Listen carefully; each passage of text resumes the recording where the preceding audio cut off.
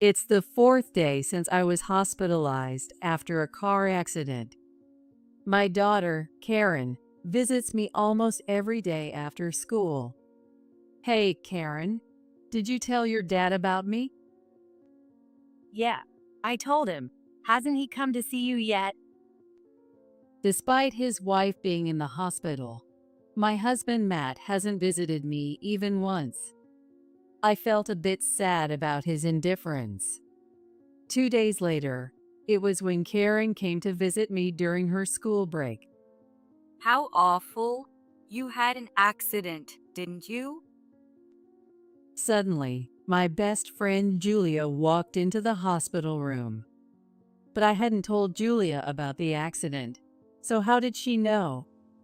Oh, you came with him. Matt peeked from behind Julia. I need to talk to you. Without any concern for my well-being, Matt continued with his own story. I'm marrying Julia.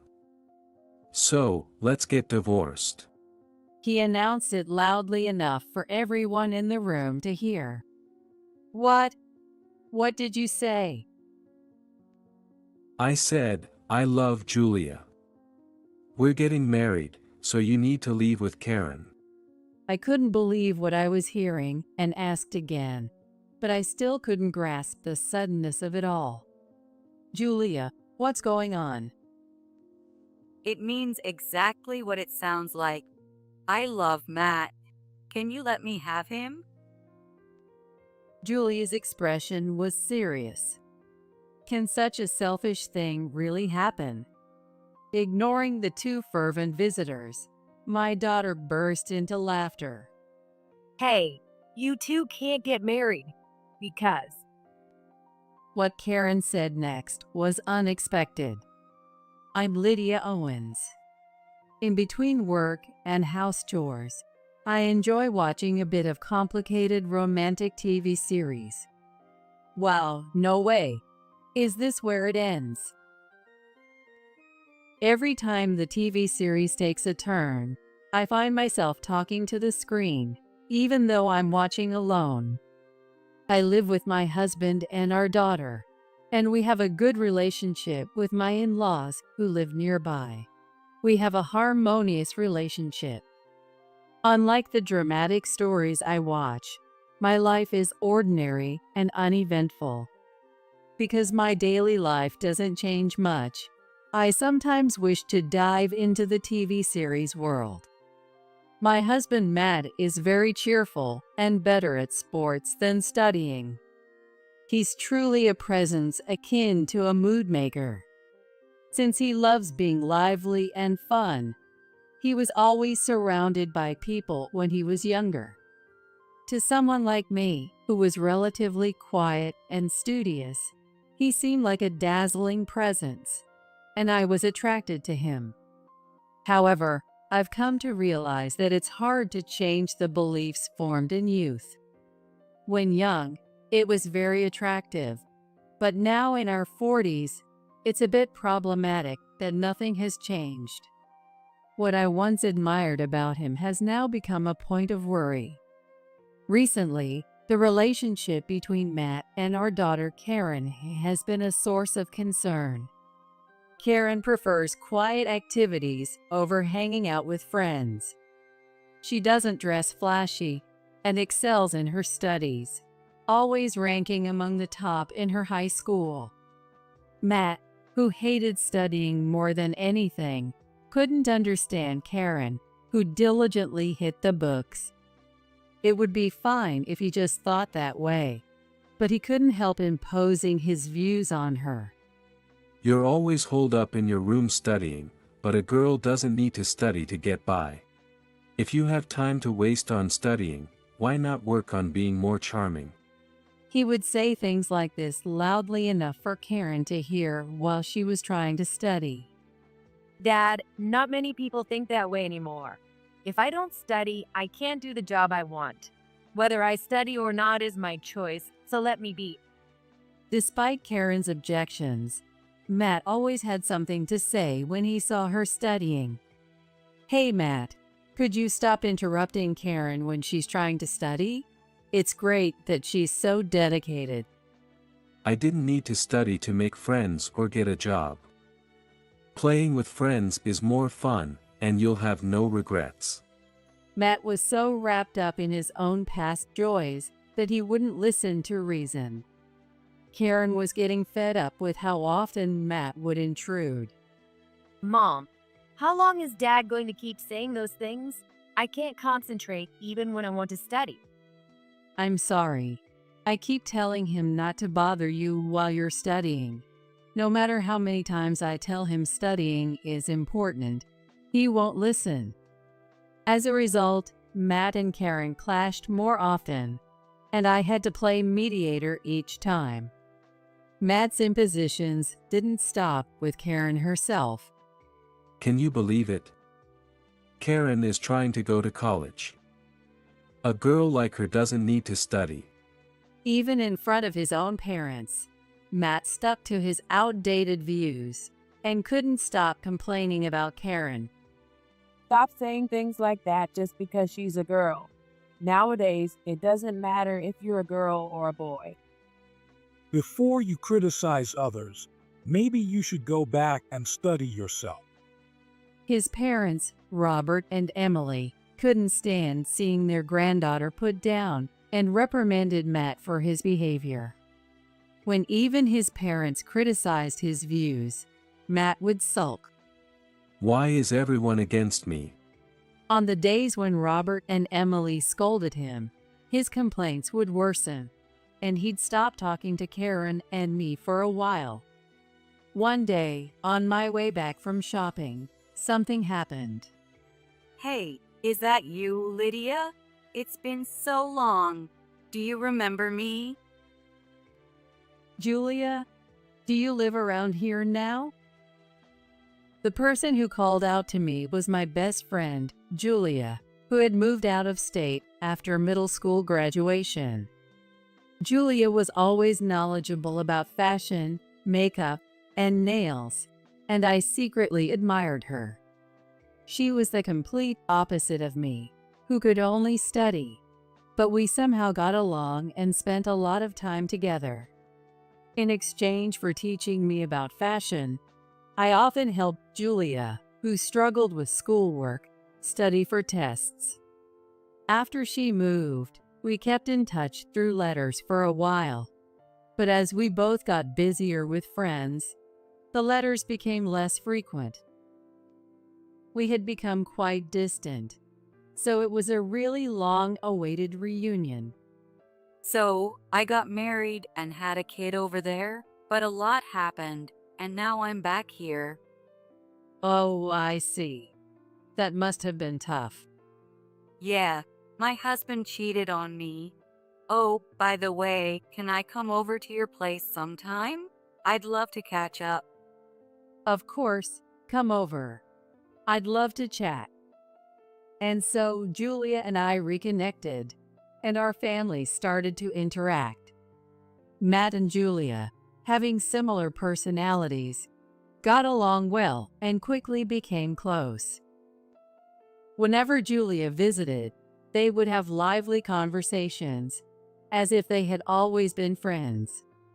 Julia's daughter was around the same age as Karen, and, like Julia, was very fashion conscious. Every time Julia and her daughter came over, Karen would try to be friendly, but they didn't seem to get along well. She told me, "It's unbelievable that you're not into fashion or dating."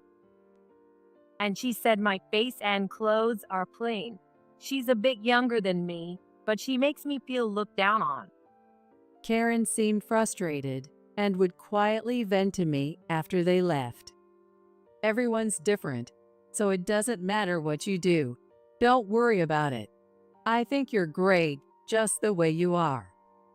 I tried to comfort her, but Julia's daughter kept bothering Karen every time they met. A while after reconnecting with Julia, the distance between Matt and Julia had noticeably shortened.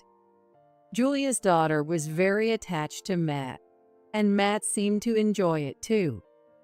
Julia's having trouble with a light not working in her house.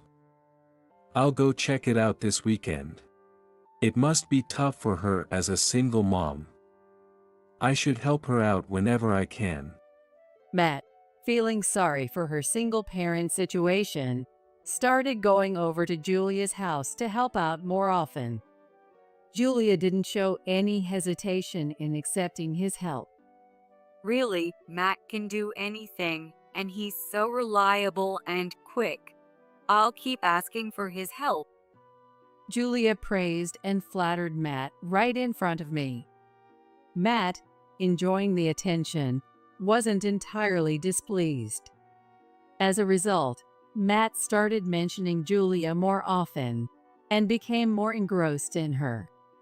Julia, who used to come over frequently, started visiting less often, while Matt began spending more time away from home. Dad, don't you think you're going over to Julia's too much lately?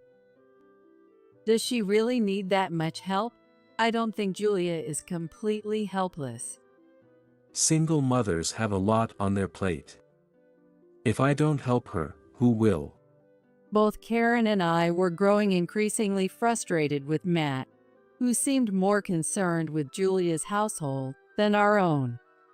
I subtly mentioned our dissatisfaction to Matt, but he didn't change his behavior at all. When he went to Julia's house 3 days in a row, Karen and I couldn't just let it slide. Can you focus a bit more on our family? Julia is just a friend after all. Dad, I really don't understand what you're thinking. Matt sighed and said, I wish Julia and her daughter were my real family instead of being stuck with such dull people. I never expected to hear such words. I was too stunned to respond. My love for Matt started to fade away. After this incident, our home life grew colder. Conversations between Matt and me became minimal, just the bare necessities. Matt and Karen seemed more distant than ever. It was inevitable. As long as we could live comfortably, that was enough. With that thought, I went out shopping. When I finished and was riding my bike home, there was a sudden loud impact and the sound of brakes. When I came to, I was lying on the ground. There was a lot of commotion around me. I opened my eyes slowly, trying to understand what had happened. My bike was thrown far away, and my groceries were scattered. Oh, I was in an accident. Right after that thought, pain shot through my entire body. I could hear the ambulance sirens in the distance. Enduring the pain, I waited for the ambulance to get closer. Even during the ride to the hospital, the pain made me drift in and out of consciousness. By the time the treatment was finished and I was in my hospital room, Karen had rushed over. Mom, are you okay? Oh, Karen, I'm sorry for worrying you. They said I'll have to stay here for a while. I had broken my right leg in the accident. I'm just glad you're alive. I was so worried. I hope you get well soon. I felt bad for making Karen worry. I didn't remember much about the accident, but I was truly grateful to be alive. For now, I'll focus on getting better quickly. And so my hospital stay began. On the 4th day of my hospitalization, Karen visited me almost every day after school.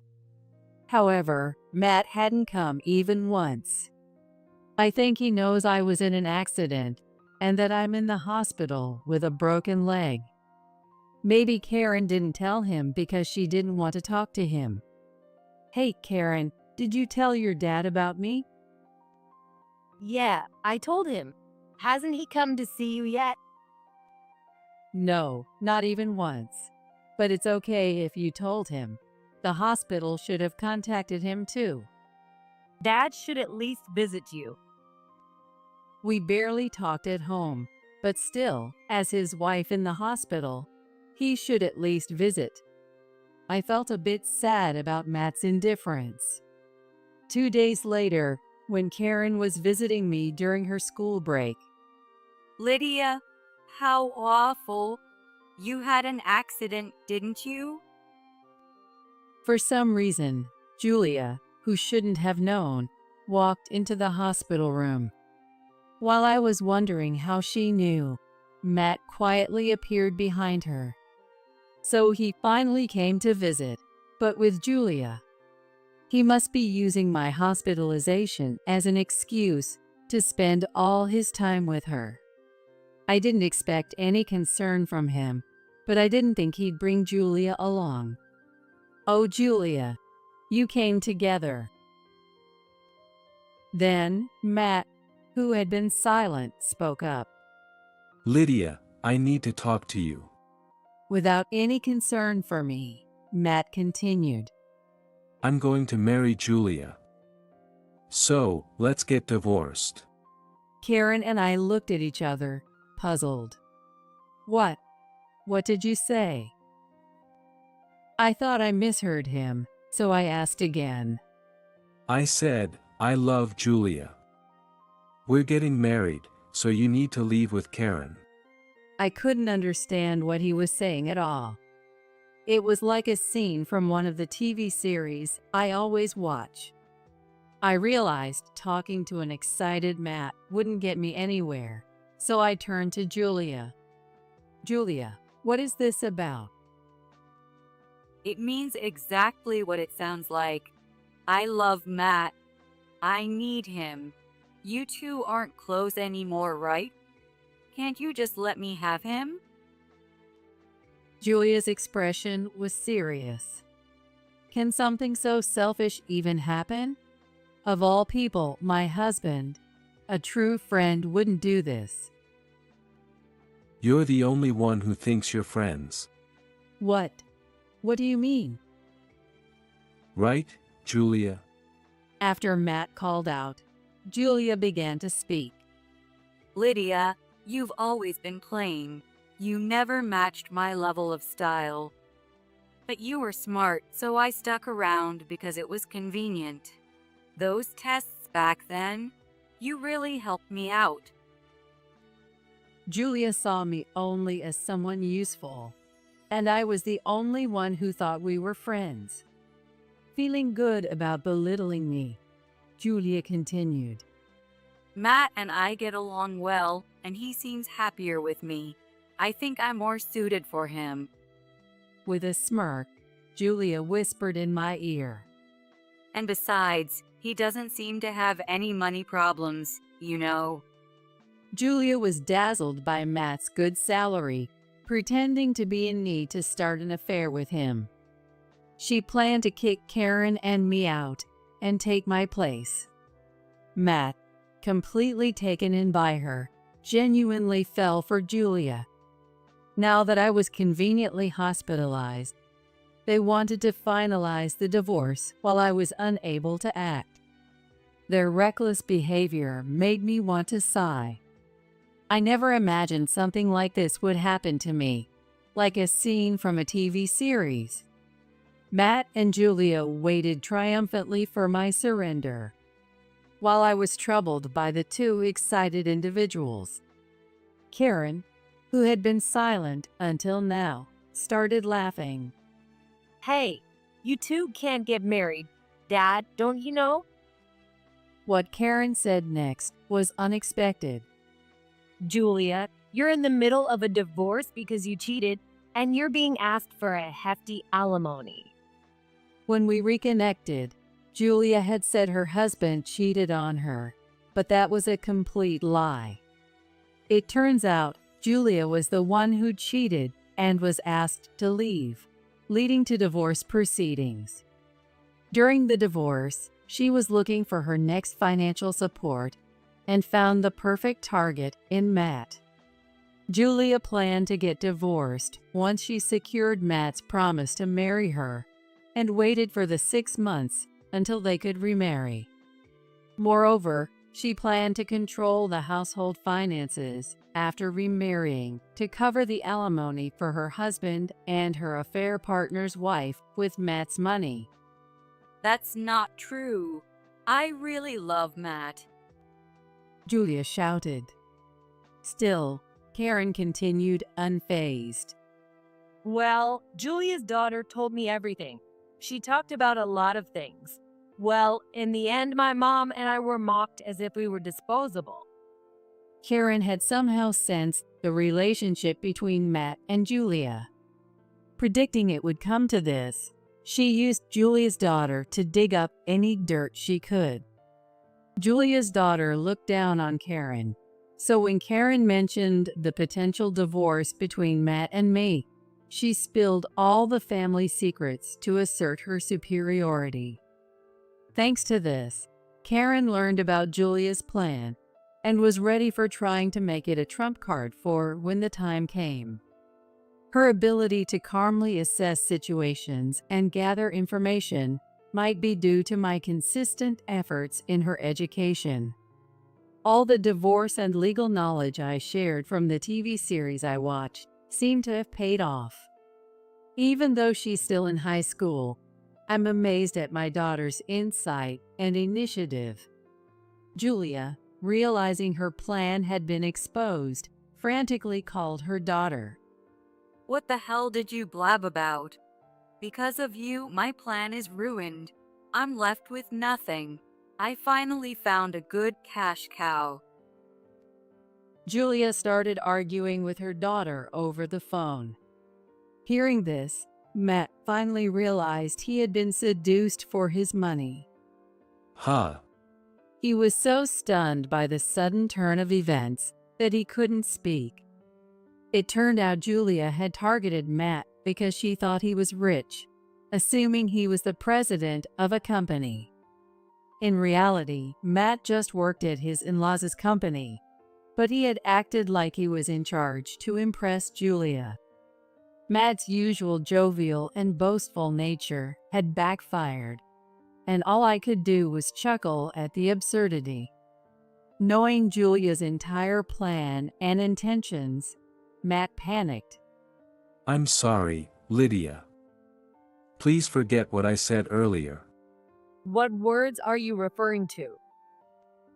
Karen's calm interjection left Matt flustered. I lied about wanting a divorce. I just said it in the heat of the moment. It was a lie. Matt, while slouching, is quietly observing my demeanor without saying a word. Lydia, are you listening? Yes, I can hear you clearly. Even if he was deceived, I couldn't forgive him for cheating with Julia. If Matt had used his judgment, this wouldn't have happened. Both Karen and I couldn't forgive Matt.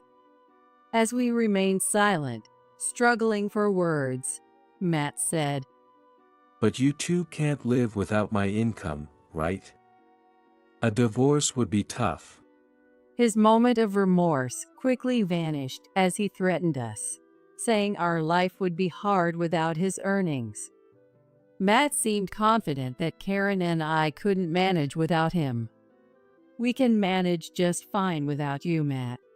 We'll go ahead with the divorce as you suggested. And I'll be sure to inform Robert and Emily about this. No, please don't. I'm begging you, don't tell them. No matter what you say. What's done is done. For now, I asked him to leave and sighed deeply once I was alone in the hospital room. I wondered how the protagonist in the TV series would handle this. But deep down, I already knew my answer. First, I needed to heal my leg. A few days after that chaotic scene, I was discharged from the hospital. Thanks to rehab, I got quite good at using crutches. Even at home, I used crutches to get around, but I could manage daily life slowly but surely. Even after I was discharged, Matt kept begging me to take back the divorce. I remained silent, and Karen would blame him whenever she saw him. Matt seemed to feel increasingly uncomfortable at home and started living in a hotel. A few days later, Robert and Emily came to visit after hearing about my discharge. Lydia, it must have been tough. Are you okay? I brought these to help out a bit. Emily said, bringing pre-cooked frozen meals and showing her concern. By the way, Matt took the day off yesterday. Is he feeling unwell? Actually, Matt's been living in a hotel. The truth is. I explained to Robert and Emily the whole sequence of events, from Matt meeting Julia to their affair. So he met my old friend and had an affair, then fell in love for real. While I was in the hospital, they both came to demand a divorce and told me to leave with Karen because they wanted to live in our house. Is that true? What's he thinking?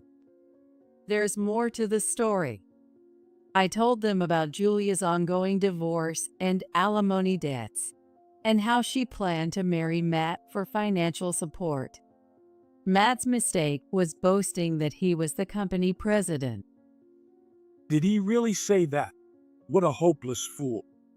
But trying to abandon Lydia and Karen is something I can't forgive. We need to talk to him, Robert. Indeed, he needs a serious wake-up call. So, a few days later, we called Matt to his parents' house for a talk with me and his parents. You've been cheating, haven't you? Matt stayed silent, looking guilty. Not only that, you tried to kick Lydia and Karen out. What were you thinking? Abandoning your own wife and child is unacceptable. Finally, Matt spoke. No, you don't understand. I was just tricked. He tried to play the victim, claiming Julia manipulated him into seeking a divorce. If I had known she was after my money from the start, I never would have done this. It's Lydia's fault for reconnecting with her. Matt wouldn't admit his mistakes. Instead, he blamed me. Seeing this, Robert's expression darkened. What? Are you saying it's not your fault? You still cheated. And you lied about being the president of the company? I was planning to have you take over, but I can't trust you now. You're fired. Robert's anger was palpable as he finally disowned Matt. Matt, you really let us down. Meanwhile, Emily seemed exasperated by her son's actions and lack of remorse. I'm sorry. No, my decision stands. You should be apologizing to Lydia. Lydia, I'm really sorry. Please give me another chance. Seeing Matt disowned by his parents, I felt a pang of pity. If I abandoned him too, he'd be completely alone, and my heart wavered. As I hesitated to respond, Emily spoke to me. Lydia, don't worry about Matt. Do whatever you feel is best. We're on your and Karen's side. Emily's words solidified my resolve. Let's get divorced. There's no going back. Please. Can't you reconsider? No, I've made up my mind. I'll be expecting alimony and child support. How did it come to this? And so we decided to get divorced. A few days later, Julia called. Hey, my husband found out about everything. Now I have even more money to pay. This is unbelievable. In the midst of her own divorce proceedings, Julia's husband found out about her affair with Matt, raising her alimony. Not only that, but Julia's husband also demanded alimony from Matt. As a result, Matt lost most of his assets to alimony and child support. The scandal involving Matt and Julia quickly spread through our small town, making it difficult for Julia to stay. She soon moved to a nearby town, but struggled to make a living on her own. Having relied on her husband and affair partners, she found it tough to live on her own income. Meanwhile, Matt started a new life alone and found a job in another town. Having often slacked off and taken advantage of the family business, he now faced a harsh reality. His new jobs didn't cater to his whims, and he kept failing. Matt, struggling with both work and personal life, turned to gambling, becoming increasingly addicted. His gambling addiction became extreme. Despite having to pay alimony and child support, he borrowed money to continue gambling. A while after the divorce, Matt called me. Sorry.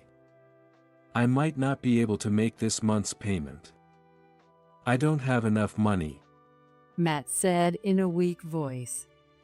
I felt sorry for him, but couldn't find a way to help, struggling to find the right words. I heard that he had also called his parents recently. Dad, can you lend me some money? Just a little. I'm really in trouble. Unable to manage his growing debt, Matt sought help from me and his parents. However, not only I, but also his parents refused to help, leaving Matt at a loss. I hoped he would escape from gambling and gradually repay his debts. Hoping there was still some diligence left in Matt, I spent my days occasionally hearing news about him through the grapevine. Karen and I continued to receive support and maintain a good relationship with Matt's parents, even after the divorce. Perhaps his parents felt guilty about Matt's shortcomings. However, their kind nature allowed me to lean on their support and find comfort. Karen continued to excel in her studies and successfully got into the university she aimed for. Thanks to my income and support from Matt's parents, Karen is enjoying a fulfilling college life. With the warm support from me and Matt's parents, Karen seems set to pursue her dream of becoming a researcher